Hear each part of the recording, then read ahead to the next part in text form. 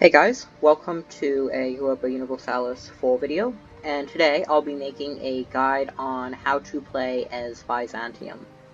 So the year is 1470, and this will be a guide on how to survive and thrive in the latest 1.2.8 patch at the time of recording, and how you can use various strategies. So first off, this is about how far you can expect to go. I got lucky at some points, and also very unlucky at others. I made some stupid mistakes that I'd like to point out to you so you don't make them. So you might be able to do better than me. So first off, what do you want to do at the start of the game? You're going to want to royal marriage Imereti, because there's a high chance that their ruler will die, and you can just instantly get a personal union with them. You are also going to want to watch out for the Ottomans. They will usually attack either Albania, Kandar, or you. If you get enough allies, then you can avoid them attacking you. And if you guarantee Kandar, they most likely will go after Albania. Once they do declare war on Albania, then you can jump in and declare war on them after a few months, and fight them down to take back your provinces. I would suggest mainly fighting in Anatolia, because most of their troops will be in the Balkans. If you can get your ships to block the strait, then that would be very good indeed. Another thing to do, if they don't attack Albania in the first couple of years, your game is not ruined. You can actually go and attack Venice, which is what I did. And the Ottomans actually went on and attacked Venice as well. And don't worry, it may seem like this is counterintuitive, you helping the Ottomans, but it's not. I gained several islands and some Balkan and Albanian territories from my war with Venice, and it really increased my treasury because I took a lot of their gold, my navy, because I could now field more ships, and my army force limit. Once you win that war against Venice, also make sure, try to get your transports to make some troops be able to arrive at their capital, and try to siege it down for a huge war score bonus, because often their navy will be destroyed by the Ottomans, so you can do that very easily. I was not able to get a large enough force on there to siege it, but I was able to get like a 2-stack on there to start looting it, and I think that helped their war exhaustion.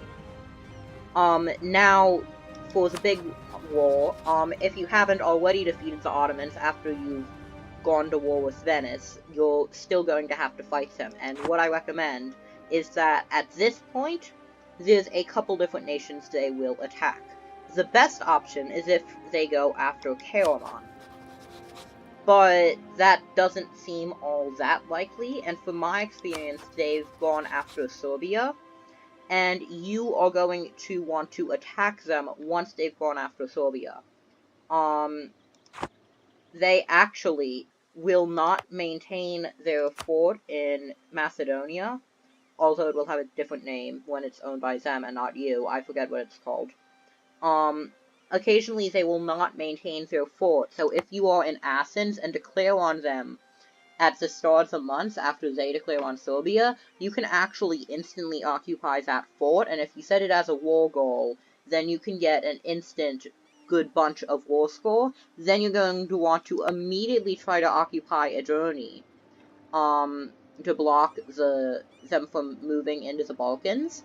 And that war should be relatively easy as long as you do not let them, under any circumstances, siege down Constantinople. If they do, then you lose. In my game, they had a 48 stack just sitting here, sieging it down. They did get somewhat unlucky with walls, and you may have to crash your game. I mean, if it crashed right after they sieged your capital, I'm sure that would be a total coincidence, but that may have to happen.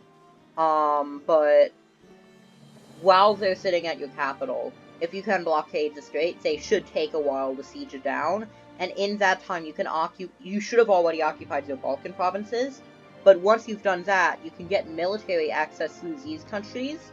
They should all be willing to do it if you improve, relations. The only country I found a bit bothersome was Lithuania, but if you, improve relations with them, that should be easy. Then you are going to want to siege down their Anatolian provinces.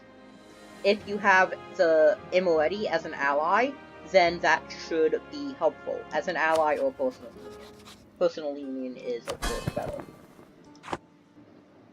Now, after you've won that war, I would immediately go and turn on your allies. Again, you should not be officially allied with them, you should just declare war on the Ottomans after the Ottomans declare war on Serbia.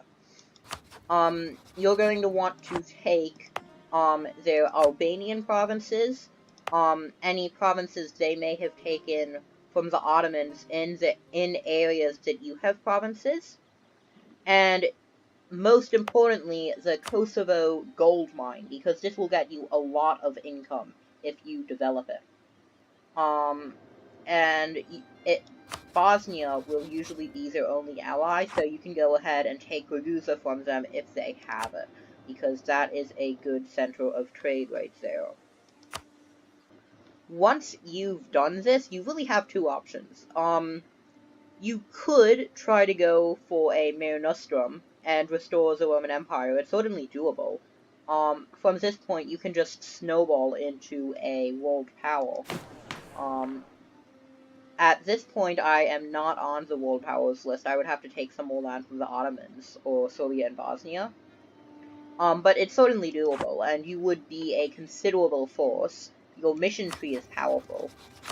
Or you could go and take economic ideas for the development cost reduction, and go tall, because this place is actually a great place to go tall, because in Anatolia you can just use three forts in Karaman, Sivas, and Trebizond to secure Anatolia.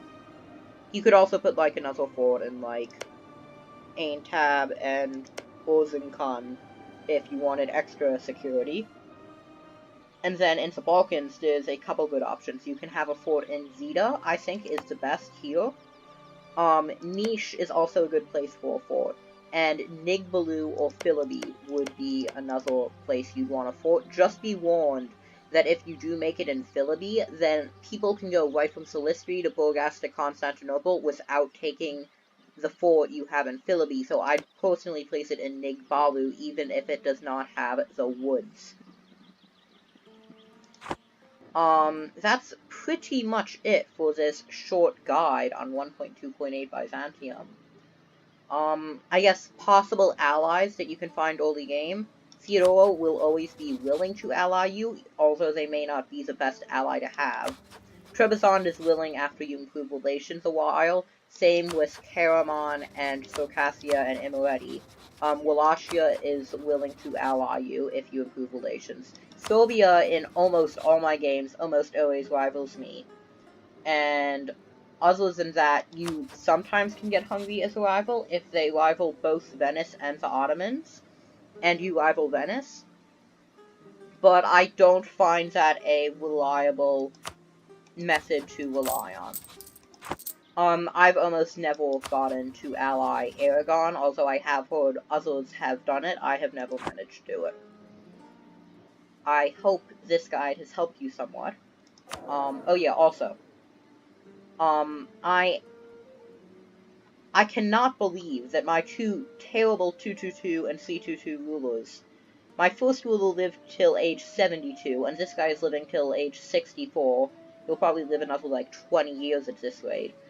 So if I can do this strategy with immortal idiot rulers that can't do anything, that put me way behind in tech, I think you can do it if you have some decent luck. Although, you will need to get lucky to get the personal union with Imereti. And anyway, that's it. I hope you enjoyed, and bye. Bye.